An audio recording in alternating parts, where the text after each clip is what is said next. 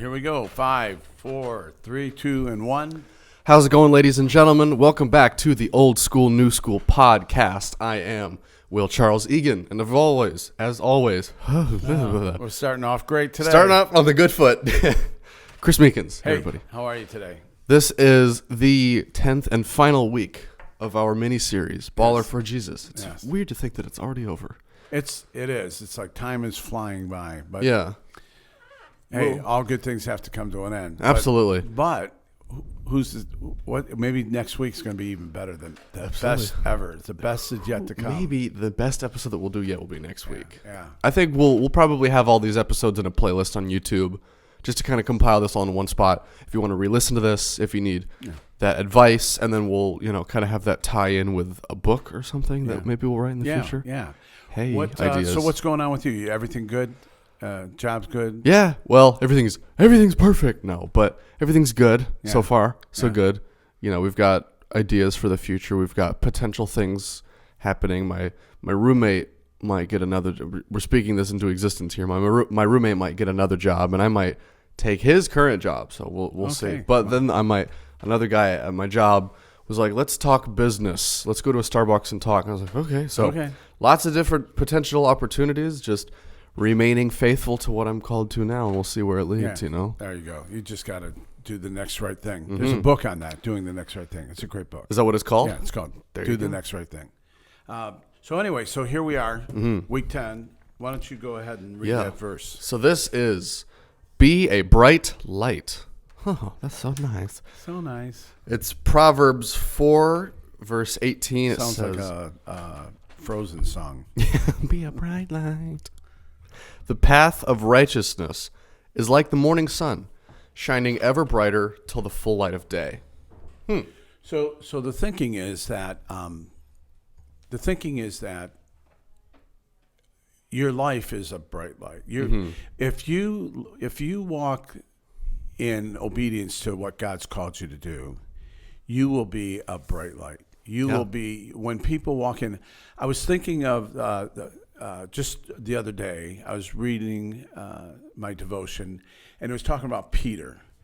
Yeah. And after he had all his troubles and all that other stuff, it's written that he was so filled with God's Holy Spirit and that he healed people. Yeah. He did all kinds of stuff. Oh, yeah. That actually people wanted this. They'd line the streets when he walked by just so that his shadow, they would sit in his shadow. Have you ever read that before? Yeah, that's an Acts, yes. Yeah. Yeah, just it's like the verse we were just reading last night in Matthew 9 of, the woman that touched Jesus' robe.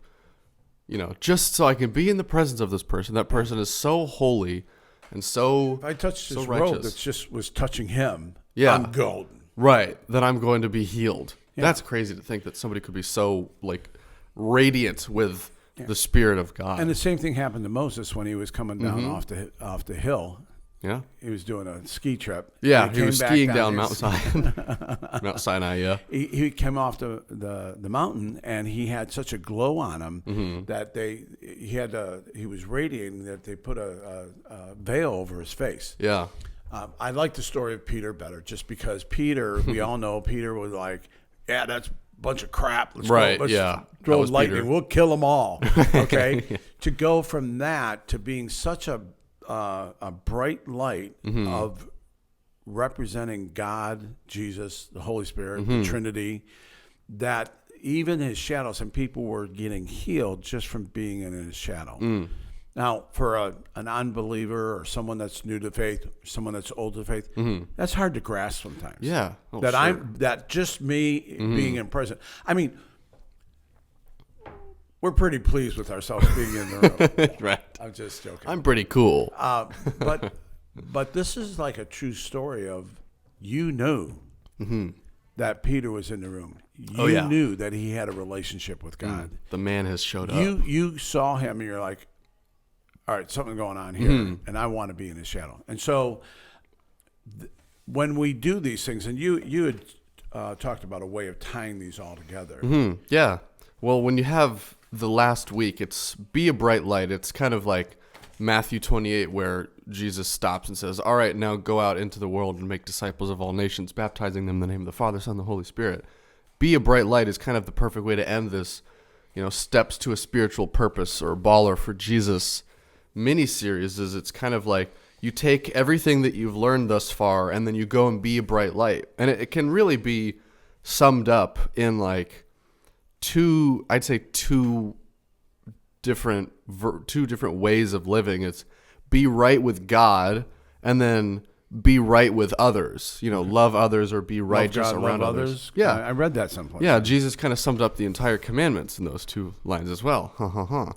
And it's, you've got total surrender to God, complete obedience to God, be holy and humble, be totally dependent on God, and then be debt canceling with others, above forgiving. Reproach. Yeah, be forgiving with others, above reproach around others, serving everybody, loving everyone well, and then taking your story of goodness and being a bright light into all the world. And that's kind of the whole point of how to be a baller for Jesus, how to be somebody that is a Christ follower. As I like to say, it's you got to be right with God first, because I like how that's the first bit of this. If you don't have a relationship with God, right, you're like, okay, I don't know if I believe that, but because you said so, I'm going to go ahead and do it. There's a verse where Peter and a couple other apostles were out in the ocean, or out in the lake or whatever it was. What is Sea that of thing? Galilee? Was that a sea? Technically, Not in the sea. I've actually been there. It's kind of like a lake. Is it cool? Yeah. Is it like Lake Erie?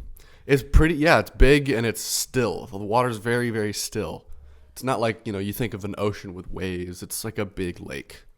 So Jesus yells out, "Hey!" and they're out in the boat, and they recognize. And he's like, "Throw your net on the other side." And the verse kind of goes like, "Lord, we've been out here all night long, and we haven't caught anything. Nothing. But because you said so, I'll do it." And when they threw out the nets, they caught such a large amount of fish that the nets began to break. And that's when Peter jumps out of the water, jumps out of the boat, swims in, going.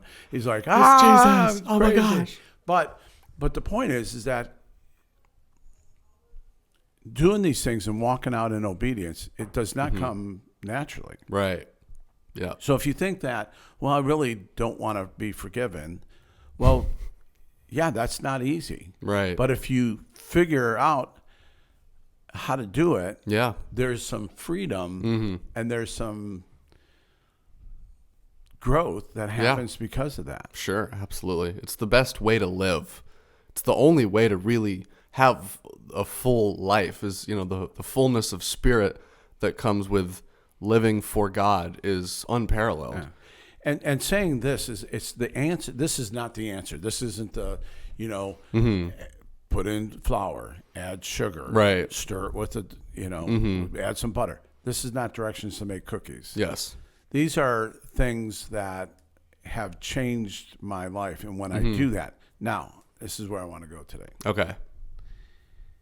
Expect opposition. Oh, yes. Oh, this is a perfect way to go. Tell the folks what opposition is. What do we mean by opposition? Spiritual attacks. So things that you might, from a secular perspective, things that might look like just random coincidences. But when you have the Christian lens, you can start to understand that when you begin to do a good thing, you'll see that the enemy, the spiritual enemy, the kingdom of Satan, will start to push against you, and they'll realize that this guy is on fire for God. He's going forward. Yeah, this guy or girl is really doing a good thing for God, and we don't like that. So you'll begin to see things in your day-to-day life begin to go wrong, or things will start to be a little different. And you start to, if you were really shaken by the wind, if you're really pushed over easily, you'll start to say, "This is too hard. I want to give up. I'm scared." Right. Yeah, I pretty much can figure out how to live here. Yeah, and it's a good way to root yourself deeper in God. When you start to face that first wave of trials, this is where God will really see how you put your faith in Him. When you start to have opposition, like some of the things that you're experiencing, you want to divulge a little bit of that? Well, it's interesting. I this last week, I mean, it's just been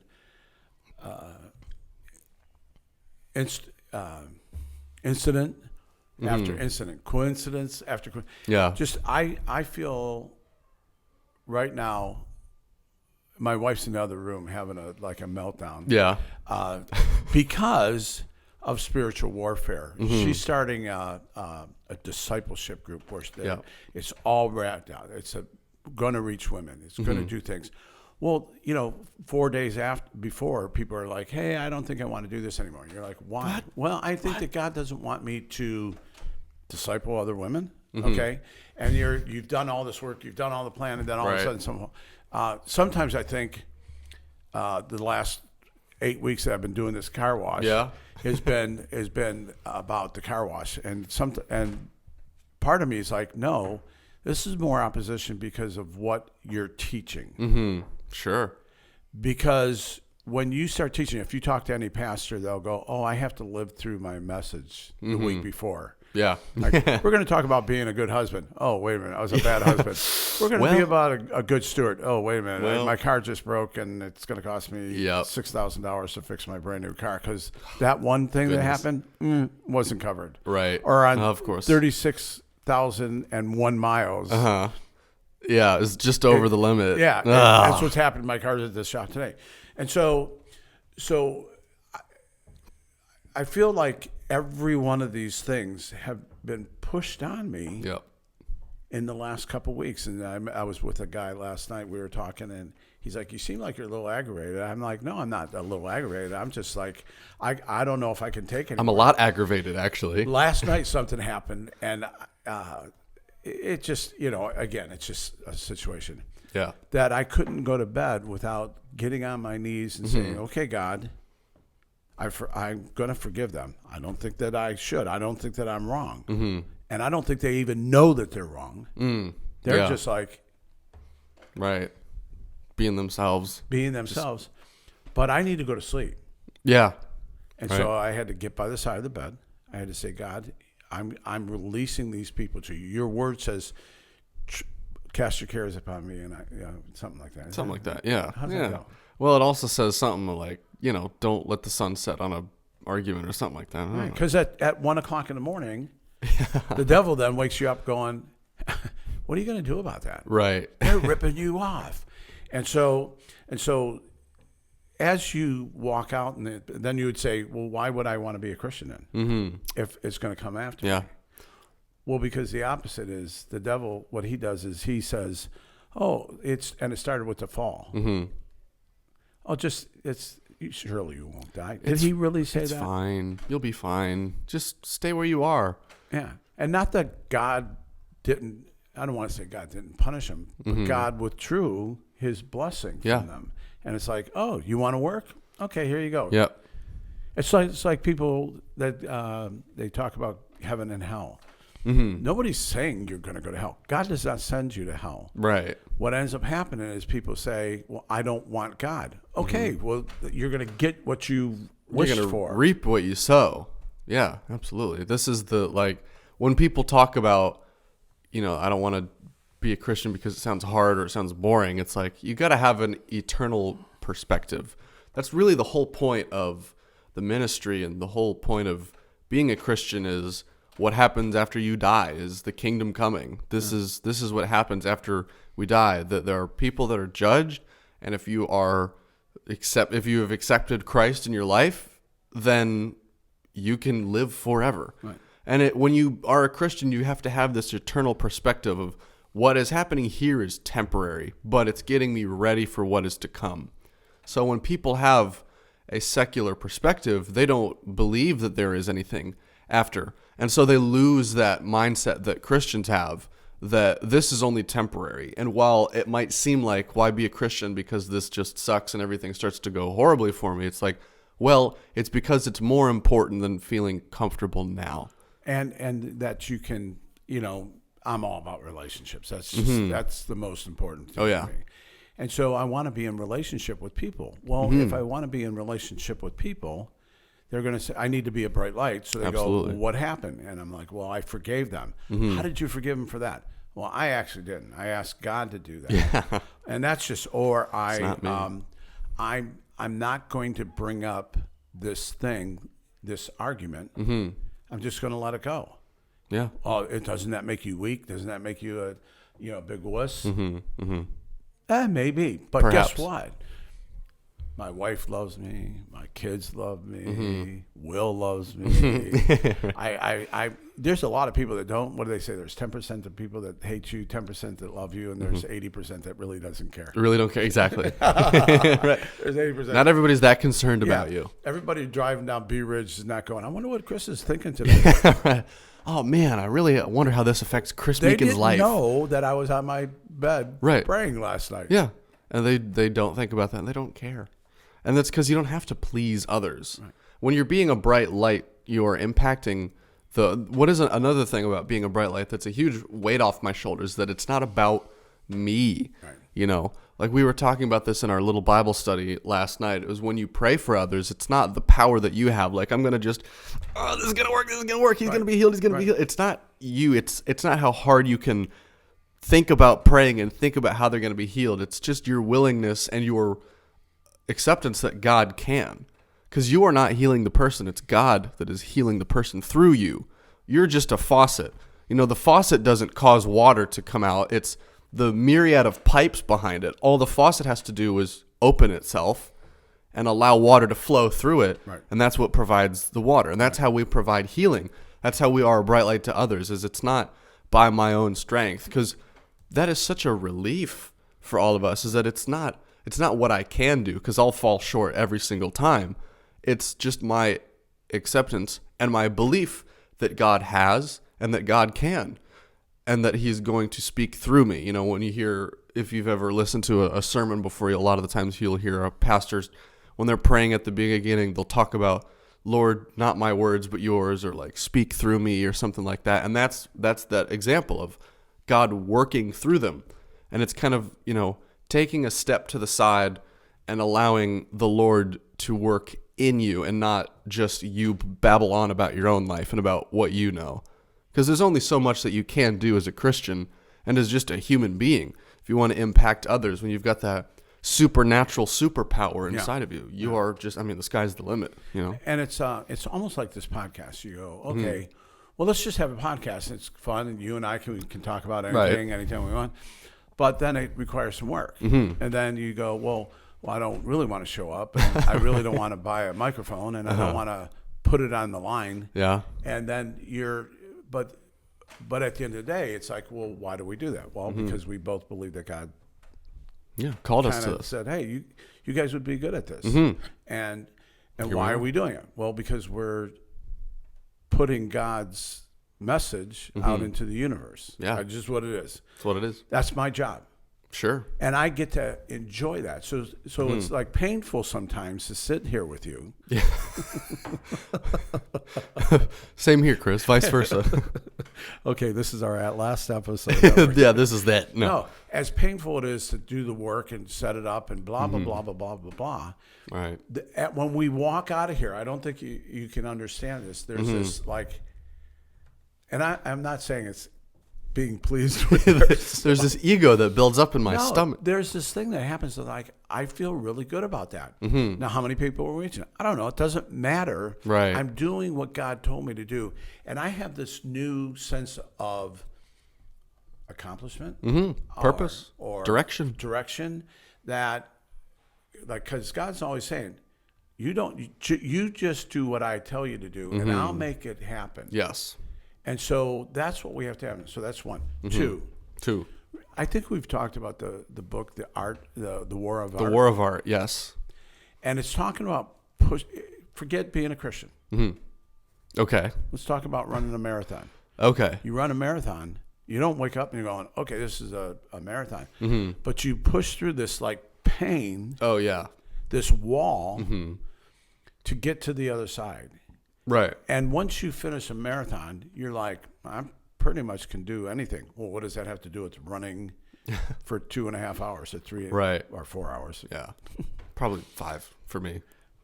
You could do it faster than that. Yeah. I did it 4 hours and 3 minutes. Really? Yeah. I'm not a runner. I hate running. Well,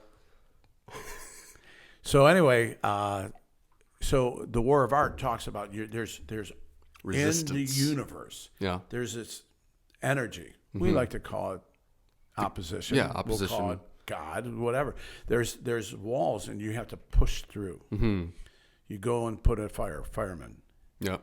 You need to, okay, right now I want to go home and get a different job.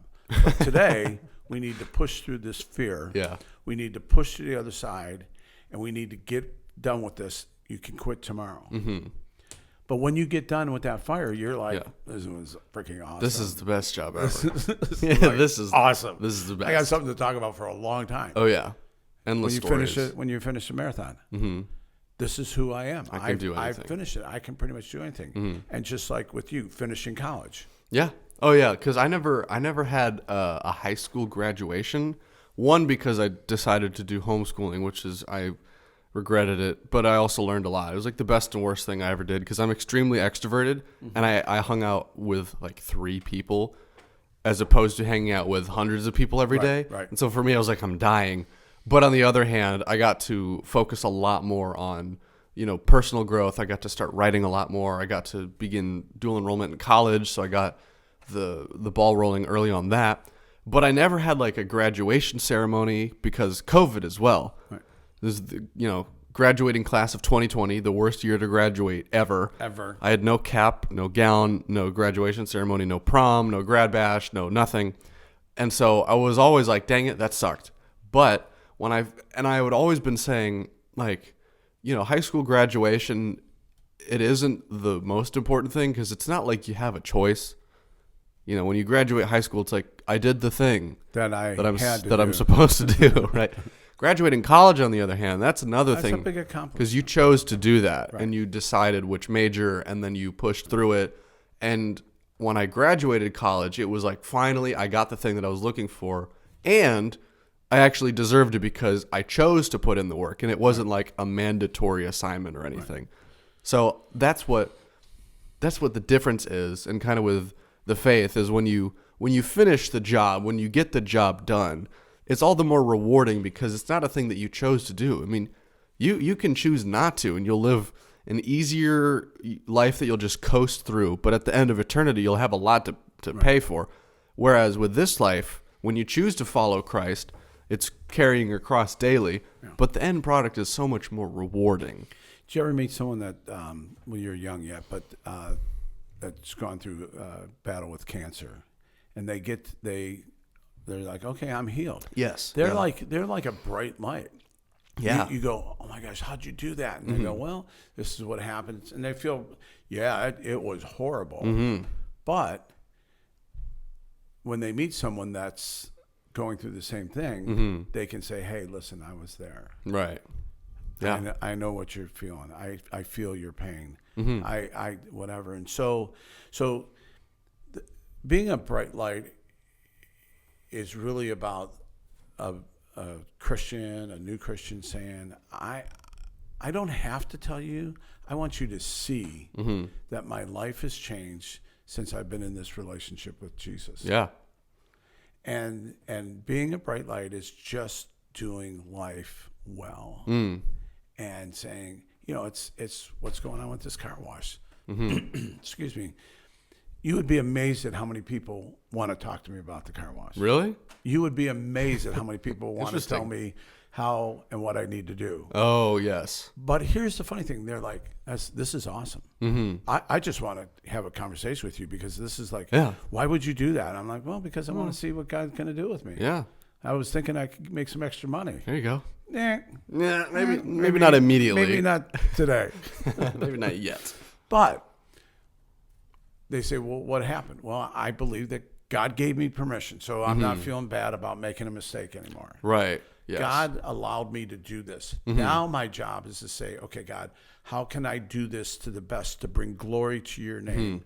Because everything I do should be a reflection of who he is. Yeah. That's being a bright light. You're being a reflection of God in your life and saying, this is what's doing. What about when you do something wrong? Yeah. You're not being a very bright light. You're being a dim light right now. You're being a black light. No. You're not doing your job very well. But it's know this. Send us an email. I'll respond to it. But if you want to grow in your faith, if you want to get out of where you are, it takes work. Mm-hmm.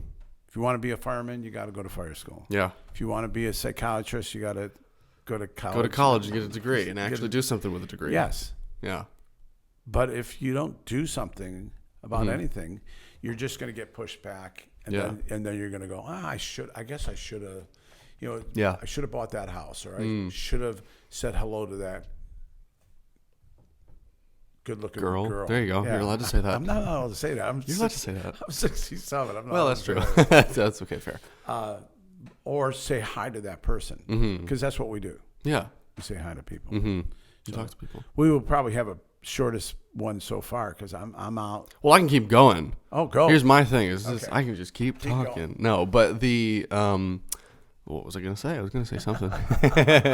We do this a lot with being a bright light with meeting resistance. Is you can choose not to push back against the resistance, like you were saying, and you'll just keep getting pushed back over and over and over again, and that's being the stagnant life, is choosing not to go on the adventure. This morning I was listening to Jordan Peterson talk about Jonah and Elijah, and choosing the journey. And that's the whole point of the book of Jonah. Is Abraham was another great example. Is he had a perfect life for 75 some years, and he never chose to go on the adventure and follow God until the voice of his conscience, the voice of God in his head, said, all right, it's time.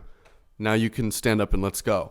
Because you can choose to just kind of have everything that you wanted, or even be like Jonah and just kind of live whatever and be bitter and not have everything that you wanted and just kind of exist and kind of, like I said, coast through life.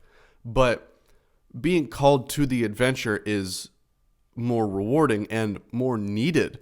I mean, you can't have people that run the world that don't choose to go on the adventure. Right. The whole point of life is deciding to face the resistance, face the adversity. Like I love in the book, The War of Art, is that in it specifically to creativity is meeting the resistance head on and pushing back against it, because the natural human inclination is to sleep in until 1 p.m. and not do anything that day and just sit around watching Netflix. I like to get up at the crack of noon.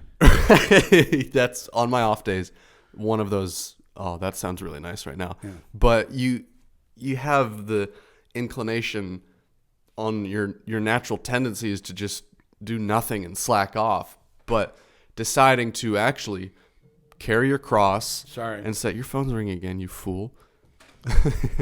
Deciding to carry your cross is the hardest thing. And then you'll meet resistance and distractions. Yeah. Like the phone ringing just all there. The time. All the time. Because you can veer off the path very easily. Yeah, I have a friend that he's always on his phone, checks it. He's like, I can listen and read. I go, well, I can't talk and watch. Yeah. I can't watch you do that and talk at the same time. Oh, don't get me started about cell phones. I could go off on a whole podcast. We could do a whole podcast about the impact of like social media and cell phones, because I think that's maybe the single worst thing that's happened to the human race. I mean, it's like, it's a necessary evil. Which is crazy. It's crazy because you can't really get by in the modern world without a cell phone. But especially when great-grandpa Jones is watching TikTok while he's waiting for his car to It's so weird. It's like, so weird to watch. Like, you're pretty old. Yeah. What are you doing on TikTok, dude? Oh, wait a minute. I have nothing else. Exactly. Whatever happened to boredom? You know when you would just stand in line at the grocery store and just have nothing to do? So you just look at the magazines and the candy? Yeah, and you just kind of look around. Or at the airport. Yeah. Waiting for a flight 2 hours early. Read a book. Or just do nothing. Walk around, look at things. And how did you, be so creative when you only had a typewriter? No wonder so many books weren't read. No wonder books sucked back then.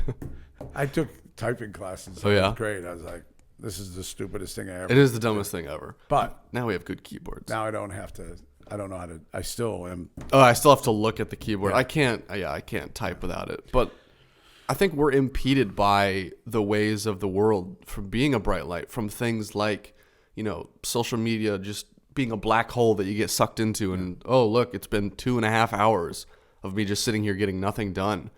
And choosing it is really like the story of Abraham, where he could have just chosen to sit, quote unquote, on his phone for as long as he wanted, because he had like servants and he had people that were feeding him grapes and all this stuff provided for him. And that's kind of how it is when you just sit on your phone. It's like, this is fine. I can just do this. So let's go back to our right. Being a bright light. But so even this whole thing, being a baller for Jesus. Mm-hmm. This week at our church, they had a goals, or what was that goal? Focus 2024. Oh, okay, yeah. And they asked us as a church to write down what we believe God's going to provide Mm-hmm. and what God's kind of calling you to do. Yeah. And write them down. Mm-hmm. What did you think of that? I mean, and that's part of this. Lord, I want to become a better human being. Sure. And so it takes a decision. Mm-hmm. And how does that whole thing with writing things down work? Well, it's like, I'm sure there's psychology behind it, and there is truly, where you people call it manifesting or whatever, but it is registered differently in your mind when you write something down, because it's kind of like, when you'd go to detention and they'd make you write lines of, I will not talk in class. I will not talk in class. I'm sure you have experience with that. I refuse to do it. You did do it? I'm not doing it. What are you going to do? Give me another detention? Yeah. Okay. I got nowhere to go. Exactly. Yeah. Just beat the system. Who cares? I'll show you. That's right. I'll show you. I'll hurt me to show you. Exactly. Yeah. I'm going to try to kill you by drinking this poison. Right. The whole point of writing lines and writing things down, or even just saying it out loud, is that it can kind of rewire your brain a little bit. And it's kind of like, I heard somebody talk to me about something that they read, actually. There you go. That's what actually was. The truth comes out. Yeah. My psychology teacher told me something about if you were feeling sad, if you're just not feeling happy, even faking a smile can trick your brain into feeling happier. When you write things down, when you write out goals, as the church is doing right now at the beginning of the year, then you're kind of rewiring your brain to, I guess, focus on these things and be more deliberate about your goals. Because you can just kind of like say in my head, I'm gonna stop watching social media for a week. I'm gonna stop doing this for a month. And it's kind of like we did the fast, and people will just kind of be like, well, maybe I'll do this. But when you write it down and when you bring other people into it, you get more serious about it. When you have accountability. Accountability. Exactly. And then it becomes hard to go back, because you've got people around you saying, hey, I'm going to hold you accountable to this. Like my roommate has been telling me, hey, I want to start going to bed at a better time because this is getting bad. I'm like, yeah, you're telling me. I'm trying to go to sleep and you're still watching YouTube videos and you got the lights on, but you bring somebody else into it, and it's a lot easier to accomplish those goals. So while you were talking, I got bored. And looked up. See, there you go. There you go. He was on his phone. He got bored. No. Philippians 4:8. Finally, brothers and sisters, whatever is true, whatever is noble, whatever is right, whatever is pure, whatever is lovely, whatever is admirable, if anything is excellent or praiseworthy, think about such things. And so, yeah, there you go. You are well, they say you are what you eat, but you are what you think. You are what you think. You are what you read. Yeah. You said you want to know what someone's doing. Look at their checkbook. Look at anything what they're reading. And you want to know where their heart is. Go check their checkbook. Yeah, because that's where they're spending their money. Yes. But putting your mind on things from above, it's not easy. Yeah. But the reward is that you're like, okay, why does that person have peace? Well, because he's not got a list of people. Like, remember in I don't know what. Billy Madison. Billy Madison. What do you mean? Remember when in Billy Madison? You think I even know what that is? The movie Billy Madison with Adam. Are you joking? No, Billy Madison. Billy Madison with Adam Sandler. Is that the name of the movie? Yeah. I never heard of it. I guess I should watch it. I need a new part. You need to watch it. Whoops. But anyway, it's a stupid comedy, which I think he's the funniest person in the Adam world. Sandler's the best, yeah. Yeah. So anyway, it's called Billy Madison. Well, in the back, they have this guy, part of the movie. This is probably totally inappropriate, but we'll go there. Yeah. there's this guy during the graduation because he's got to go back to school. Yeah. Anyway, there's a guy in the back that's going to shoot him. And okay, I'm getting it mixed up. Well, anyway, they show a scene where Billy calls the guys up. He says, "Hey, I'm really sorry for being mean to you in high school and all those other kids." And he's like, "Oh, okay, no problem. Thanks a lot. I really appreciate that." And he hangs up the phone. He turns over and he scratches his name off this list of people I want to kill. If it's on TV, they have it blurred out. Really? Yeah, on TV they've got it politically correct. Yeah. But if you rent it, which you shouldn't, because it's really a stupid movie. inappropriate. It's a pretty stupid movie. Well, it's an Adam Sandler movie. Yeah. Anyway, but it's like you live this life of resentment, and we have this list of people that we're going to get back one day. Yeah. Yep. And be free, man. Oh yeah, let that go, man. Be free. I'm so busy, and forgiveness is about we're going down a different path. So it's good. Well, these are all tenets of being a bright light. Is forgiveness, and because I think really what it is it's because we're going through certain things right now. That's what people want to hear, is we're being authentic, and we're meeting a lot of resistance right now. Yeah. The truth be told, and that's what doing the faith walk is. And as you listen here, you'll understand more and more. It's like, oh no, we're not just saying it because it sounds cool to be like. And then when you go on the adventure, you'll fight the dragon and meet resistance. Like, no, this really happens. Oh, no. Like you'll start to notice when you're following Christ. It's like, oh, this isn't easy. This doesn't mean that all of my problems are solved. Right. It means that I have a comforter through my problems now. Right. Which is the best thing. And I have someone to turn to at all times. At the end of the day, we believe that if you have Jesus in your heart, you'll go to heaven. That's absolutely the basic gospel. Amen. That's the basic gospel. I love to say to people short of that, but it also says in this life you will have troubles too. And what we're saying is, how do you get through troubles? You have a plan and say, I want to go and I want to walk in power and authority, and I want to be a bright light when people see me. I don't want people going, oh crap, here comes Chris. Yeah. Oh geez, here comes Chris. Turn. Don't look. Go down another aisle. Run. Go down the other aisle. No, that's what I love about one of Paul's main teachings is like the new creation has come. This is the new creation. And so you look at this perspective of like, okay, well, Jesus' whole thing was the kingdom of God is coming. And if the kingdom of God has come with Jesus' arrival, now the Holy Spirit's like, this is the first part of our eternal life.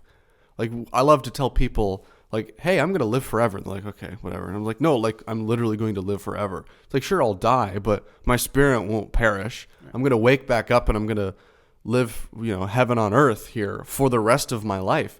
But the first part of that is that you're being prepared for that rest of your life now.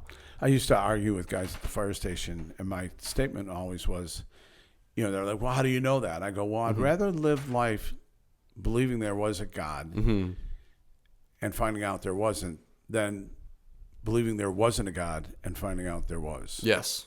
There you go. So, I mean, I know that's like cheap faith, but the truth is, it's like, oh, okay, God, I'm willing to do that. Yeah. Can we end with this? Yeah. Unless you have something else to say. No. So God is always coming towards you. It doesn't matter where you're on the spectrum. Yeah. But being in the room, God is always like coming for you. They talk about different stories in the Bible. But God's coming at you, not like us, like, well, if they want to make up, they're going to have to come to me. Yes. Yeah. They're going to have to come and kiss my ring. But that's not how God works. Right. God's like, oh no, what needs to happen? You need forgiveness? Okay, yeah. I forgive you. I'll meet you there. Yeah. I'll meet you there. And that's the great thing about being Christian. Just like going, just open your eyes and say, okay, God, I'm willing to come towards you. Yeah. That's all he's asking. That's it. One step. Revelation. I stand at the door and knock. All you got to do is open it up. Hello. Just open the door. Just accept it. It's a free gift. And you don't have to go do anything for it. So if you want to be a baller for Jesus, this is how you do it. Ask God. Ask God. Say, what do you want me to do? Yeah. There you go. And write it down. And then go do it. And then go do it. Boom. Haha. Peace. See ya.